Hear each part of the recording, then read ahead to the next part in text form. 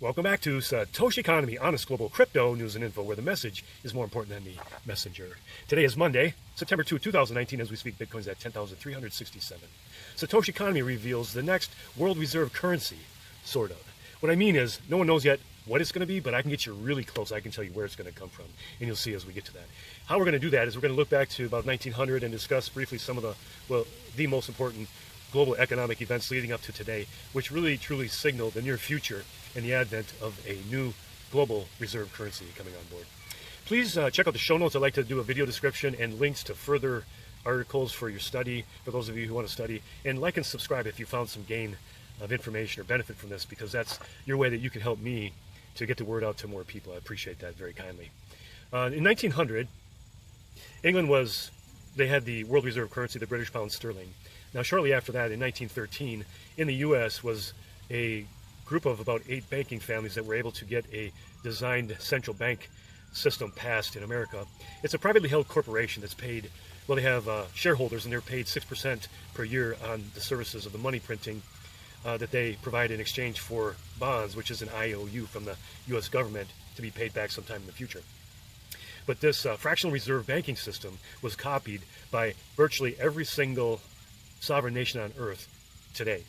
Except I understand there's only 4 banks which own 4 countries which own their own central bank: Cuba, North Korea, Syria, and Iran, I believe. In other words, the Rothschilds own all the other central banks. But what this system does is it centralizes the power to a very, very small group of people in conjunction with the governmental forces. And so that is really a truism about what has gone on for 107 years. But through World War I and through World War II, and then by the end of World War II, with so many millions upon millions upon millions of people who suffered and died through World War I and World War II, there was 44 different nations that got together in New Hampshire, and they hung out for about a month, and they came up with what's known as the Bretton Woods system, where the dollar became the world reserve currency. So it's been the world reserve currency for what, 73 years? 73 years. And it was pegged, so to speak, to gold at $35 an ounce. Now, things have greatly changed since then, and certainly a pivotal moment after that. Well, let me back up a step. From 1944 to 1971, there was virtually no bank crises. And previous to that and after that, there was a lot of different bank crises. And as a result of that, many, many people have suffered. But after the Bretton Woods system, in 1971, what happened was Richard Nixon infamously took the U.S.A. off of the gold standard and essentially and principally making the dollar a fiat currency. And fiat means by decree or by order.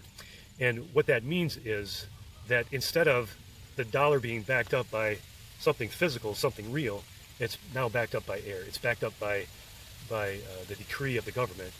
And I mean, that's very, very powerful, but it's very, very different than actually being backed up by gold reserve. Now, since 1971, then leading up through 76, there was the Petro dollar, which was an agreement that Henry Kissinger negotiated with Arabia to give them military backing, as the Arabians would price their oil in dollars, meaning anybody who wanted to buy oil had to buy it by exchanging their money into dollars. It was a very, very powerful thing. It instantly gave the U.S. a very good premium on the exchange, and has made us a lot of money.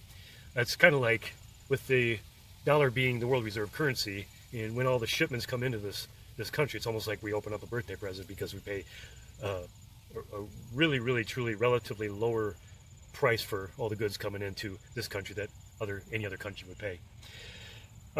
So the central banks, as a result of that, really the process that takes place is we have the IMF, we have the Bank of International Settlements, and the IMF came out of the Bretton Woods system. Bank of International Settlements, which is a central bank of central banks. I think there's 60 central banks which own that. There's all the other sovereign central banks. But what they have to do is keep a reserve on their ledgers of dollars as the most valuable and simplistic way of making exchanges between governments. And I don't want to get too detailed in this, but essentially what's happened is the U.S. government has gone, or the U.S. as a nation of people, has gone from a great country of production. The gross domestic product, they were producing a lot, and the debt was lower than what they were producing. But now, as we speak, I think the best estimates I can see today is that the debt to GDP ratio for the U.S.A. is close to 1.1. So in other words, we produce more debt than we do product. And what that means is there's more dollars going out of the country than are coming in. And so the way that happens in one large way is these central banks collect these dollars and hold them as reserves to exchange ledger and ledger documentations between countries to keep the balances on the books, to keep track of the money. But recently, what has been taking place, certainly since 2018, the end of 2018, we've seen central banks like the IMF and the Bank of International Settlements and the sovereign banks, very much so Russia, China especially, and these, the U.S. and China are the number 1 and 2 largest economies, but the Russian government is a much smaller economy than U.S. and China, but the percentage of gold that they have as a portion of the GDP is much greater than what is in the economy and gold for the U.S. or China. And what is taking place since gold is becoming much more of the reserve or liquidity, really what we're talking about is liquidity. And the central banks have to have this liquidity, so in their minds, gold is more powerful, more valuable than dollars, and they're hedging just in case something happens with the dollar. And so that's really what's taking place. But what coincidentally happened in 2008, the first message that Satoshi Nakamoto made in the Genesis block, the first block of the Bitcoin protocol, was a notation to the bank crisis that was going on in England, a bank bailout. And what's generally accepted is that Bitcoin was implemented as an option to this fractional reserve system. Well, at the time, it was like, so what? I mean, for a lot of years, it was just viewed as a bunch of pale, cypherpunks in their basements, in their mom's basements, just clicking away and stuff is irrelevant. But what it has evolved into has shown the real genius of what cryptocurrencies are. It truly is an alternative economy based on the free market system, which has no borders, it's trustless, it's permissionless, it's decentralized in its power, and it has a very predictable inflation, and that inflation actually it lowers as time goes on. And so it's the most sound money ever created in human history. So it is really quite a challenger and juggernaut compared to a central banking system. So it's valid to have to consider, but it wasn't a valid juggernaut or a possible champion until it started to reach billions of market cap. Now, it's over 100 billion in market cap. The total global market cap, I apologize, I don't know what it's at right now. I'm going to guess it's at about 325 billion today. Not just Bitcoin, but that means that Bitcoin would probably be about 225 billion. And that really is not even significant enough on a global scale. But what has happened is that the technology has advanced. There's all these genius coders and really smart people are building up this technology. And what has taken place is that it's even achieved Trump tweet status. And what I mean by that is the technology is recognized in all 4 corners of the world. And what is taking place right now is, especially because of the Libra project, which was spearheaded by Mark Zuckerberg, they announced their white paper, or the launch of the Libra project, in July of 2019.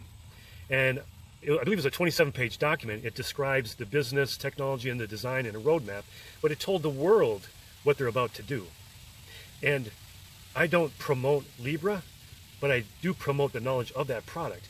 And it's quintessential. When we look back at history, we're going to see what this Libra project essentially did was really put quite a scare to the global scene in light of a corporate coin and in light of the technology that was continuing to advance and looking to replace what's known as the SWIFT system, which is part of what I alluded to earlier, where central banks exchange billions and trillions of dollars to balance their ledgers. But the SWIFT system is archaic. I mean, it needs to become digital. It's a rent-seeking bunch of bankers that they don't need to charge these incredible fees. It takes sometimes 10 days to send $1 billion. I mean, check this out. CZ, Changpeng Zhao, sent I think it was $1.2 billion, and it took 10 seconds, and, well, double check me on that. I mean, it took 10 minutes or less. It might have only taken 10 seconds, but it only cost, I think he said, about 10 cents. Now, this happened a couple of months ago, so the specific numbers aren't what's important. What's important is that it takes seconds to do this. No one needs to extract exorbitant fees. I mean, if that happened through the SWIFT system, it probably would have cost, I think, $10 million. I mean, that's quite an icing on the cake for some banker to just put in his back pocket for one exchange. You see what I'm saying? But what is interesting and that not a lot of people know about is that what has taken place because of Libra, it's really spearheaded a lot of these digital currency designs and projects that sovereign nations have been working on, most notably China. They announced it is soon to be launched, they say, and the first word of that was the beginning of August. And they specifically noted the Libra project, giving them cause for haste to get this digital currency that China designed on board, because this corporate coin really presents quite a threat to a particular economy, and certainly it could pose quite a threat to the Chinese economy, because instead of people exchanging their exchanges in the Chinese yuan, they'd be doing it through Facebook, the Libra project, and the messenger system. So I hope this makes sense.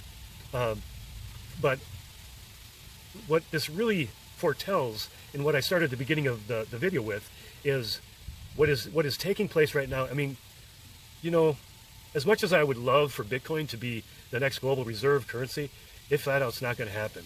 These central banks, I mean, they own the guns. Hello? In conjunction with government officials, it's well known what we're talking about. I mean, they have the power, okay? And it's not actually unforeseen that Bitcoin could be outlawed. If that were to take place, if it were to, I think it might be 5 to 10 years.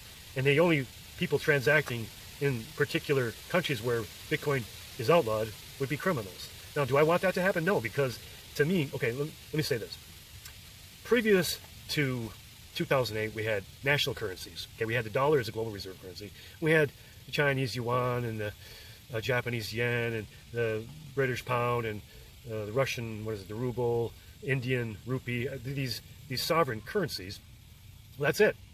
Now, with the Libra project, now there isn't really a one true corporate currency right now, but that's what's going on here. But previous to that, in the middle, was Bitcoin, and that's the people's currency.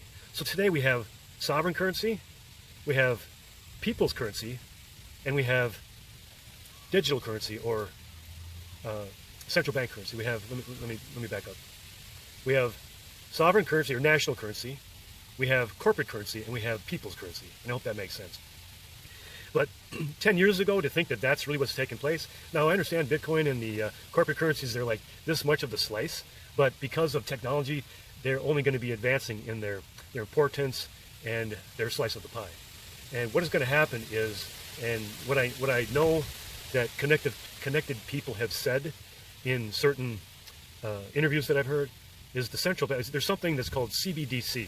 Kind of a catchy name, CBD, but it's CBDC. It stands for Central Bank Digital Currency.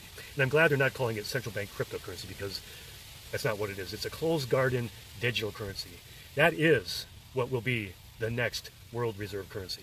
And just like 10 days ago, a couple weekends ago, in Jackson Hole, Wyoming, there was a meeting of central bankers, and at a lunchtime speech, Mark Carney, who's the governor of the England Central Bank, he made a statement that he thinks that the IMF should oversee a CBDC with several different nations' currencies pegged to the central bank digital currency overseen by the IMF.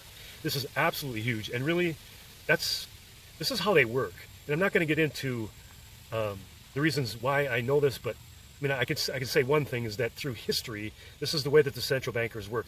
They send kind of cryptographic messages or cryptic announcements out there, but they foretell really what they've been working on, and that's what eventuates.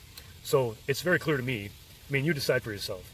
But I'll link some articles and other videos, possibly. Well, certainly 2 or 3 videos that would be good for you if you're interested to view. And I'm going to wrap it up here, but yeah, the next world reserve currency is going to be a central bank digital currency. And it's going to be pegged by several nations' national currencies. SatoshiConomy signing off. Until next time, honest global crypto news and info. And until next time, peace.